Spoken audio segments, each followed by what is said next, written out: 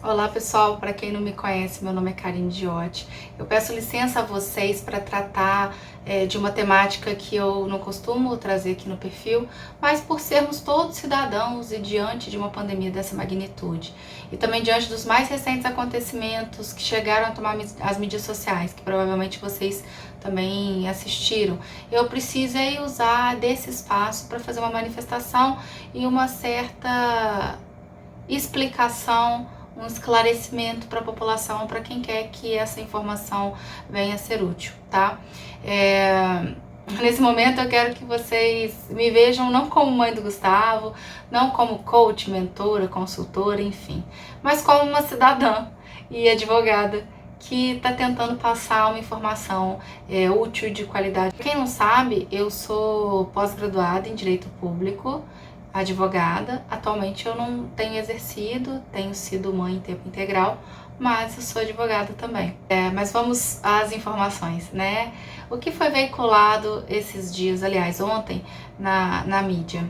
Vários canais vieram falar a respeito da Defensoria Pública da União e... Nossa, se vocês ficarem ouvindo alguma coisa, é meu filho, tá, gente? Lá na sala. Bom, vida de mãe, né? Não deixa de ser. Bom, várias figuras públicas, algumas depois acabaram até utilizando o seu espaço para uma espécie de retratação, mas essa retratação não foi feita de uma forma integral, sabe? Mas existiu, né? Não posso falar que não tenha existido. Dando algumas informações no sentido que desse a entender que a Defensoria Pública da União teria o poder dentro de decidir dentro de 48 horas sobre o auxílio emergencial.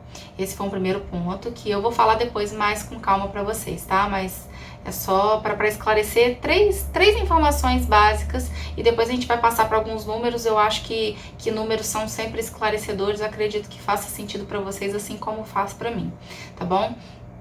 Uma segunda informação que eles trouxeram foi no sentido de que haveria 650 escritórios da Defensoria Pública da União no Brasil e, num terceiro momento, colocaram uma informação de que a partir da segunda-feira as pessoas que tivessem os seus pedidos de auxílio emergencial indeferidos começariam a receber a ajuda da Defensoria, tá? Então, assim, não vou falar que essas informações são erradas, mas elas são dúbias e aptas a fazer com que as pessoas cometam erros, sabe? Incorram em erros.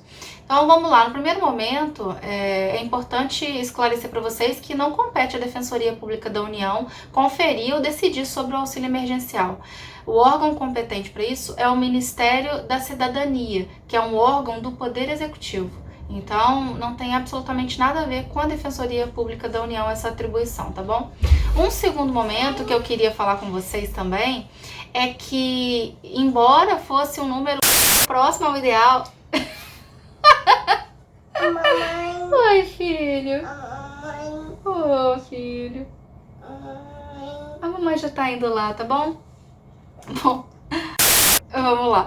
Continuando, embora fosse algo mais próximo do ideal que de fato a Defensoria Pública da União tivesse 650 unidades espalhadas pelo Brasil, não 650 escritórios, são unidades, isso está longe da realidade.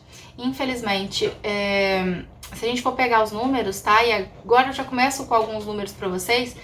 São 71 unidades distribuídas dentre as 279 cidades que contam com unidades da Justiça Federal. Enquanto dessas 279, apenas 71 cidades contam com unidades da Defensoria Pública da União. Já aí a gente começa a perceber que existe uma discrepância muito grande que não deveria acontecer. Mas vamos passar por isso, vamos para um terceiro ponto. O ponto de que a Defensoria Pública da União começaria a partir da segunda-feira, né, conferir os auxílios emergenciais, ajudar, né, as pessoas que necessitassem. Desde a aprovação da concessão do auxílio emergencial, a Defensoria Pública da União já vem atuando, ao mesmo tempo em que tem procedido a Defensoria a divulgação pelos mais variados meios dos serviços, mais esse serviço apto a garantir que auxílios devidos fossem pagos, tá? Às vezes, administrativamente, é possível conseguir isso, mas muitas das vezes também tendo que recorrer ao Poder Judiciário. Então, a Defensoria Pública atua nessa mediação como se fosse, de fato, um advogado particular que as pessoas contratam, mas não que eles consigam ter o poder de deferimento ou de concessão de um benefício, tá? Isso é uma coisa que traz uma ideia muito equivocada da atuação da Defensoria Pública e pode fazer com que pessoas fiquem, de certa forma, revoltadas com a atuação, querendo uma atuação que, na verdade, não é competência da Defensoria, tá? Então, agora eu vou trazer um pouco de realidade, de dados a respeito da Defensoria Pública e alguns números para vocês terem maior consciência de várias questões, tá? No primeiro momento, é importante evidenciar que, atualmente, a Defensoria Pública da União conta com 630 defensores públicos federais no total para o Brasil inteiro. Desses, pouco mais de 400 atuam em primeira instância na defesa dos interesses de hipossuficientes, pessoas carentes, a demanda dessa população no país inteiro, sendo que o percentual da população que giraria em torno de 80% da população brasileira, que poderia, é um público em potencial. Não significa que todos esses 80% da população do Brasil vai procurar a defensoria no mesmo momento, mas se procurasse, seria um cálculo rápido, né, um cálculo aproximado, significaria que mais de 168 milhões de pessoas poderiam vir a ser atendidas pela Defensoria Pública da União, que conta num total de 630 e numa atuação de primeira instância com um pouco mais de 400 defensores. Por aqui a gente já percebe quanto está defasado, mais uma vez, né? A gente percebe quanto que está defasado o número de defensores públicos federais no Brasil. Além disso... Uau, filho! Bom, retomando o raciocínio. E pensando no auxílio emergencial, tá? Que é a ideia do vídeo, a ideia principal do vídeo, a gente então tem que ter em mente esses pouco mais de 400 defensores públicos federais para atender uma população de 40 milhões de pessoas que tiveram sua pretensão indeferida. Isso sem considerar, né, que outras demandas tão importantes quanto não deixam de existir porque está acontecendo uma pandemia, né? Existem demandas muito importantes, muito urgentes de saúde e demandas previdenciárias que não deixam de existir por conta disso, sabe? Então isso é uma coisa que as pessoas às vezes esquecem até de mensurar também. Obviamente, a gente analisar o público-alvo e analisar a quantidade de pessoas que podem prestar o serviço, né, os defensores, a gente percebe que não vai ser todo mundo, infelizmente, que vai ser atendido, né? Mas pensando numa hipótese assim de o máximo possível, porque a ideia tem que ser essa, o máximo possível de pessoas ser atendido, além do que a gente tem que analisar que desses 40 milhões, muito provavelmente uma boa parte vai acontecer um indeferimento de uma maneira devida, né, porque nem todo mundo que pede necessariamente tem direito. É fundamental que a busca da Defensoria Pública da União seja de uma maneira direta, objetiva, para garantir que uma pessoa, por exemplo, não tenha que se deslocar até a unidade, a não ser que seja o caso de a unidade requerer a presença física da pessoa para levar algum documento que seja necessário. E em relação aos documentos, que geralmente são necessários, pessoal, eu depois vou formular aqui uma lista mais ou menos, vou deixar disponível para vocês, para quem tiver alguma dúvida, enfim, que possa servir de orientação para outras pessoas, para também não procurar a defensoria sem os documentos mínimos necessários, porque você não vai conseguir ter sua pretensão atendida, permitindo que ela atue de uma maneira cada vez mais eficiente, né? Além disso, é questão de muitas pessoas falarem até do atendimento, como assim não tem atendimento presencial?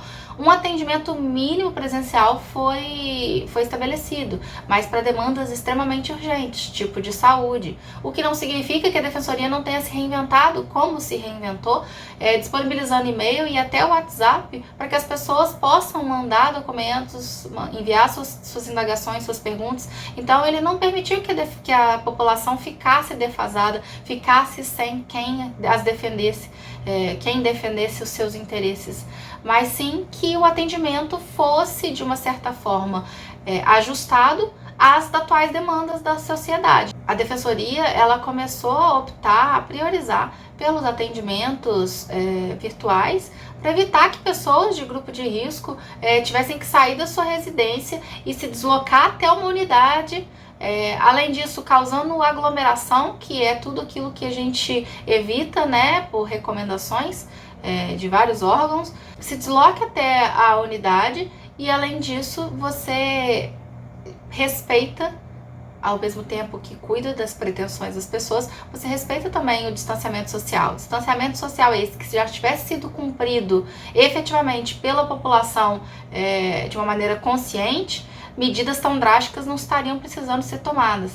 Aí você pode me perguntar, tá, Karine, ok, então o que eu posso fazer para ajudar a resolver essa situação nesse momento, né? Nesse momento de pandemia, nesse momento atual? Vocês conhecem a emenda constitucional número 80? Essa emenda constitucional, ela foi responsável pela imposição da interiorização das defensorias públicas. E mais precisamente, vocês sabem, vocês têm conhecimento do artigo 98 da DCT, que é o Ato das Disposições Constitucionais Transitórias, que foi incluso na nossa Constituição Federal em junho de 2014? Eu vou ler para vocês, para ficar bem claro, tá? Olha só, vamos lá. Artigo 98. O número de defensores públicos na unidade jurisdicional será proporcional à efetiva demanda pelo serviço da Defensoria Pública à respectiva população. Parágrafo 1º. Eu quero que vocês prestem atenção nisso, tá? No prazo de 8 anos, a União, os Estados, o Distrito Federal deverão contar com defensores públicos em todas as unidades jurisdicionais, observado o disposto no caput desse artigo.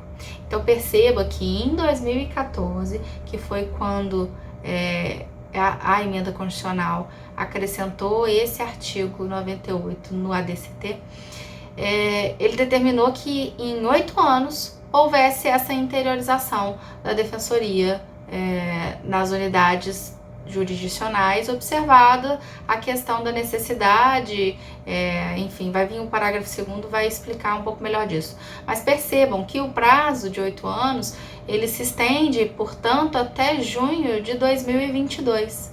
Temos até o momento algum indicativo de que vai aumentar tanto quanto é necessário o número de defensores públicos federais no Brasil para atender às demandas da população?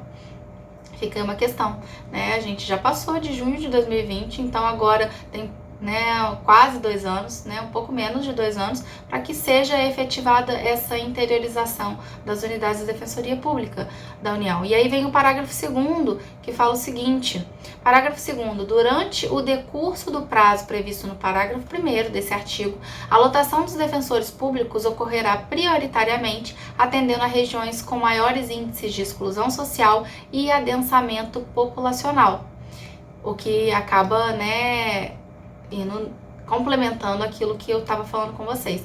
Então, percebam se existe algum tipo de movimento nesse sentido para que aconteça uma prestação jurídica efetiva para a população que é de fato carente e hipossuficiente, que não tem condições de arcar com os custos de um advogado particular e que representam cerca de 80%, potencialmente 80% da população do Brasil inteiro. A gente não está nem perto, né, do número que é necessário para que seja garantido o que esse artigo e seus parágrafos estão querendo determinar. Mas principalmente agora também, né, em relação à extrema necessidade decorrente da pandemia. Eu preciso da ajuda de vocês nesse sentido, e vou parar um pouco aqui esse vídeo para pedir para vocês, para que vocês ajudem a divulgar esse vídeo para o máximo de pessoas possível, para permitir um esclarecimento de quem a população deve direcionar a sua indignação e a sua pressão de uma forma efetiva, sabe? Porque nesse caso especificamente, a quem que eu devo pressionar, Karine? Você tem 2 poderes para você pressionar de uma forma efetiva. Porque pressionar por pressionar, você pode pressionar qualquer órgão, qualquer instituição. Mas se você quer uma pressão de uma maneira efetiva, tem que ser direcionada a quem tem a competência para fazer a coisa movimentar. E quais seriam esses poderes? O poder judiciário e o poder legislativo. O poder judiciário, seria no julgamento da DI sobre esse tema ainda esse ano, para conseguir permitir que ações sejam tomadas nesse sentido da interiorização. E do Poder Legislativo, o projeto de emenda constitucional para retirar a DPU do teto de gastos e permitir a prometida interiorização, de forma a garantir que o seu direito seja efetivo, que não fique apenas na teoria, naquele para inglês ver, e sendo utilizado aí em campanhas para contabilizar números irreais, que não correspondem à realidade e estão extremamente desconexos da realidade e da necessidade da população. E aqui agora, como eu pedi para vocês isso, eu vou voltar agora para analisar mais alguns números para vocês, que faz com que vocês para que vocês consigam perceber de uma forma mais evidente quão discrepante é a quantidade em números de defensores públicos federais aptos a garantir o acesso à justiça. Filho, que mais? A luva de balão, uau! Que visem a garantir o efetivo acesso à justiça da população que precisa e que tão pouco tem acesso a essa justiça, né? A gente pode ficar divagando um pouco a respeito disso aqui, mas assim, o vídeo já vai ficar mais longo, então eu vou encurtar um pouco, tá? As minhas indagações, vou tentar me manter mais o que é o foco desse vídeo mesmo. Apenas a título de comparação, que demonstra a necessidade de uma pressão efetiva do Poder Legislativo e do Poder Judiciário para tomada de atitudes, sem querer entrar no mérito, tá, dos números, isso eu vou deixar a cargo de vocês, mas eu vou mencionar aqui alguns números de quadros de servidores públicos, tá, em comparação à Defensoria Pública da União, tá bom? Vamos lá, já mencionei lá atrás, né, vocês vão saber que a Defensoria é a instituição que luta pela defesa dos interesses da população, né? Atualmente possui cerca de 630 defensores públicos federais no todo, para atender a demanda potencial de uma clientela que corresponde a cerca de 80% da população, que seria então mais de 168 milhões de pessoas. Fiquem com esses números fixos na cabeça de vocês, tá bom? É importante para a gente dar prosseguimento ao nosso raciocínio, tá bom?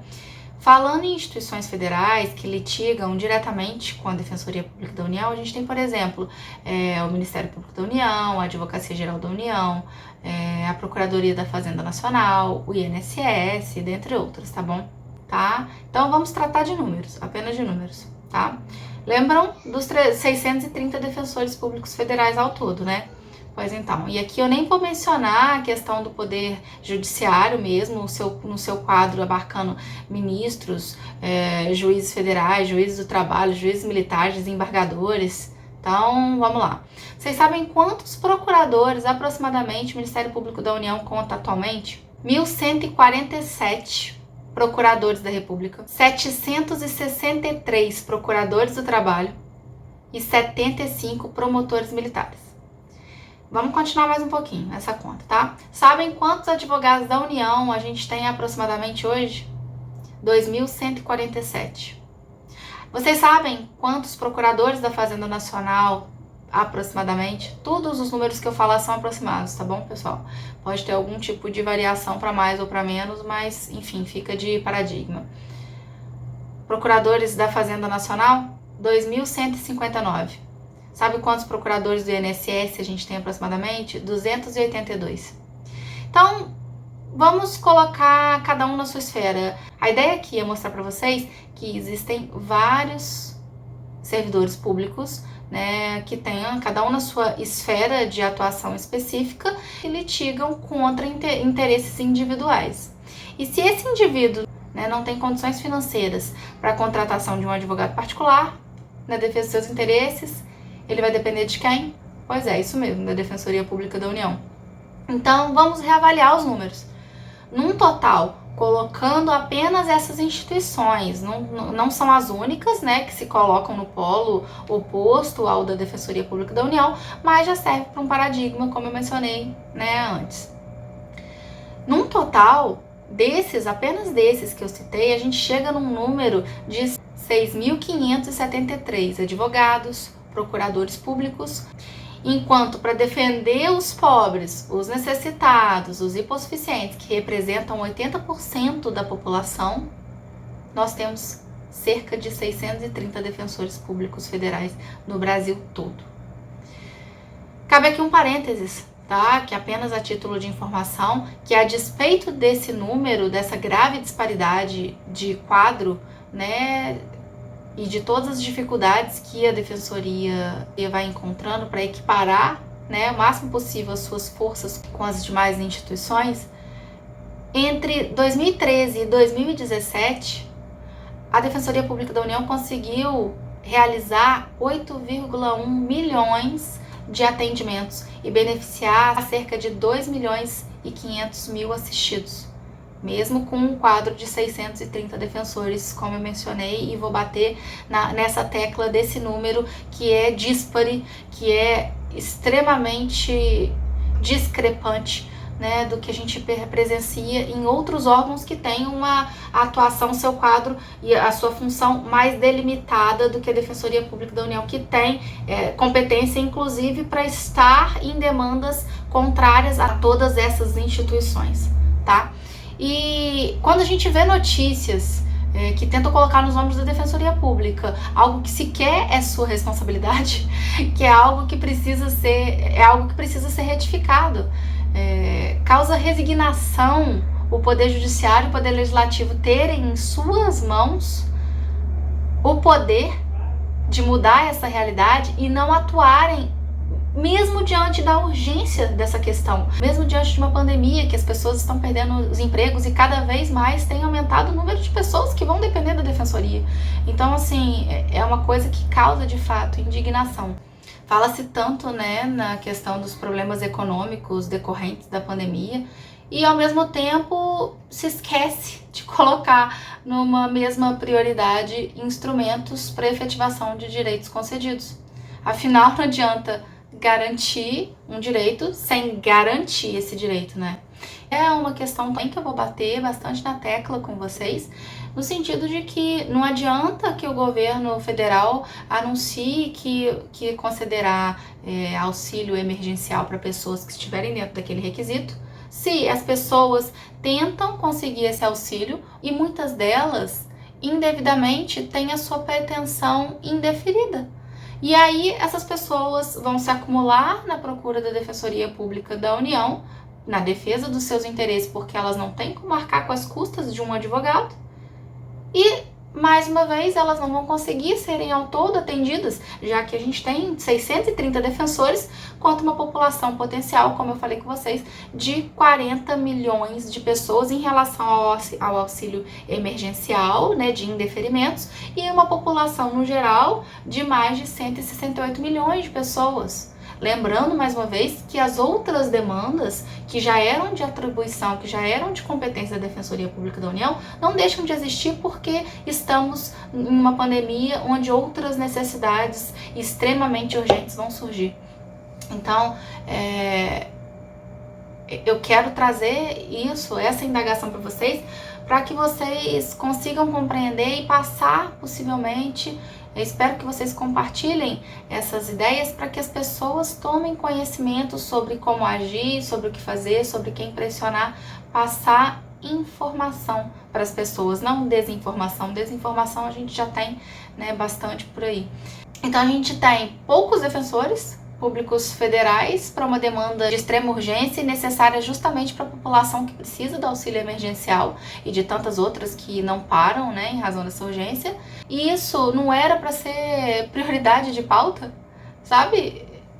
Gente, pelo amor de Deus, sabe? A Defensoria Pública da União, ela exerce uma função essencial à justiça, sem a qual a população que não tem condições econômicas para a contratação de um advogado particular, já vimos esse número gigantesco e repeti algumas vezes, e que se vê rotineiramente violada ou prejudicada nos seus direitos e que ficaria sem condições de exercer efetivamente seu direito de defesa e de acesso à justiça. Porque não temos um quadro de servidores nem perto do que seria o necessário para a garantia mínima de exercício do direito da população hipossuficiente.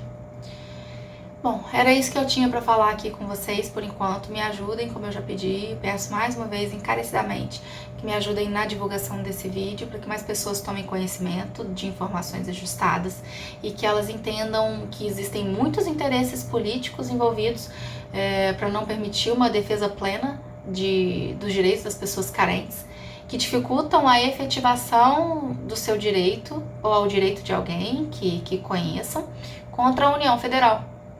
Ajude para que mais pessoas tenham ciência que a negativa de concessão dos auxílios decorre do Ministério da Cidadania, não da Defensoria Pública da União.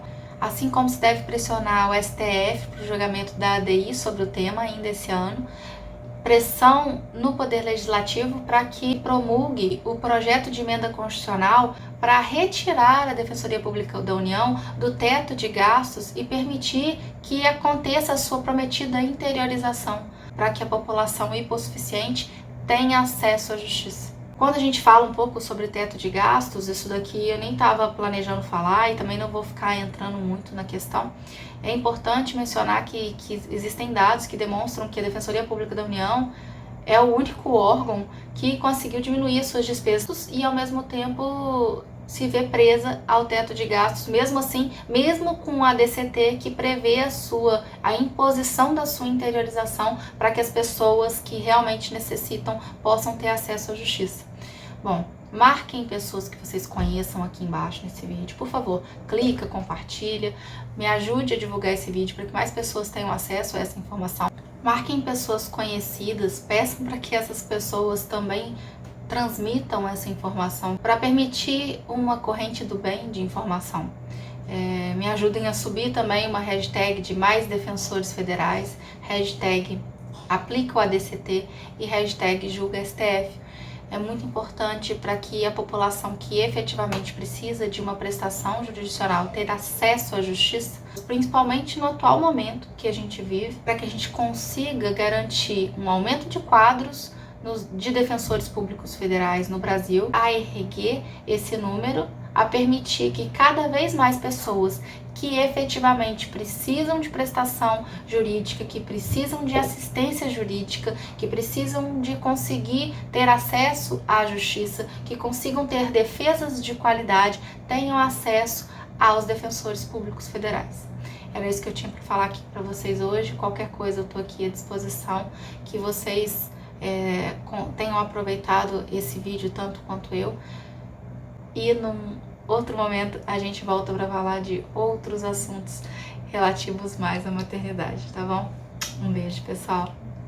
Para você que continua aqui até agora, que possa ter tido uma curiosidade sobre por que você está tão interessada nisso, bom, primeiro, que nada mais importante do que você estar preocupada com outras pessoas, né? Tem pessoas que realmente já estavam morrendo de fome, tem pessoas que não têm acesso à justiça, não têm acesso a condições mínimas de subsistência, de sobrevivência. E com a pandemia, vários tipos de relação foram ficando cada vez mais complicadas, mais pessoas perdendo os empregos, mais pessoas se tornando hipossuficientes. Então, se isso não é uma coisa que mexe com você, sinto muito, mexe muito comigo. Além disso, por eu ser do ramo do direito e estar vendo algumas desinformações, me senti impelida a vir aqui falar com vocês. Você pode falar comigo também, Karine, mas você é esposa de defensor público federal. De fato, eu sou esposa de defensor público federal. E isso faz com que eu acompanhe de perto as batalhas dele e não só dele, da carreira. E percebo o quão desgastante tem sido tentar diminuir as diferenças, as discrepâncias, acompanhar as necessidades, dar conta das demandas, demandas são infinitas. No direito, as demandas sempre serão infinitas, né? Mas no que tange a 80% da população para 630 defensores, é uma coisa que beira a desumanidade para ambas as partes. Os defensores não dão conta do serviço atual deles, assim como a população fica desguarnecida, primeiro, por às vezes não ter nem conhecimento da existência do órgão, e segundo, por ter muitas pessoas para a defensoria atender. Então, isso é uma coisa que deveria mexer com qualquer cidadão. Além disso, não ache que a minha relação com a Defensoria Pública da União veio de agora. Durante a faculdade, eu tive o imenso prazer, a imensa felicidade de ter feito estágio na Defensoria Pública da União, na minha cidade. Processo seletivo, que foi uma das melhores coisas, uma das melhores experiências dentro do direito que eu tive. E dali de perto eu já acompanhava os dramas tanto da população quanto o drama dos defensores para conseguir efetivar os direitos que essas pessoas já excluídas socialmente têm.